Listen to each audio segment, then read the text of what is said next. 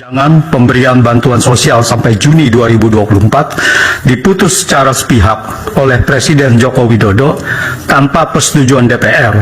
melanggar konstitusi dan sejumlah undang-undang. Pertama adalah pemberian bantuan sosial secara sepihak oleh Presiden Joko Widodo dalam rapat Kabinet 6 November 2023 tanpa persetujuan DPR dan tidak ditetapkan dengan undang-undang, melanggar pasal 23 Undang-Undang Dasar. Presiden Joko Widodo kemudian memerintahkan kepada Kementerian Keuangan melakukan pemblokiran anggaran di sejumlah kementerian lembaga senilai 50,15 triliun. Erlangga Hartarto mengaku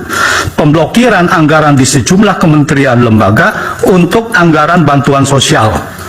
Pemberian bantuan sosial sepihak oleh Presiden Joko Widodo tanpa persetujuan DPR dan tidak ditetapkan dengan undang-undang juga melanggar pasal 1 angka 7, pasal 5 ayat 4, pasal 11 Undang-Undang nomor 17 tahun 2003 tentang keuangan negara.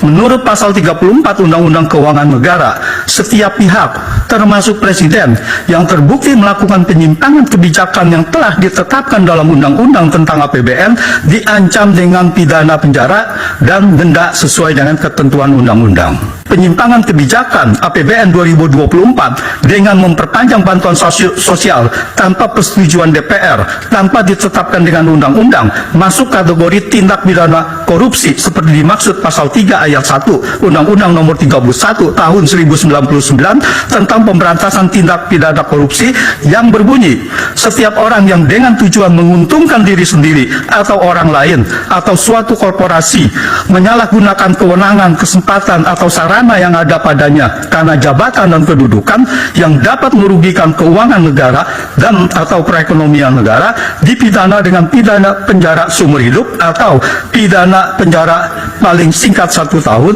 dan paling lama 20 tahun. Keputusan Presiden Joko Widodo memperpanjang bantuan sosial sampai Juni 2024 secara sepihak, mengubah APBN 2024 tanpa persetujuan DPR, tidak ditetapkan dengan undang-undang, dan perintah pemblokiran anggaran kementerian lembaga yang sudah disetujui DPR dalam Undang-Undang APBN tahun anggaran 2024 merupakan bentuk nyata penyalahgunaan wewenang jabatan Presiden dengan tujuan menguntungkan Gibran.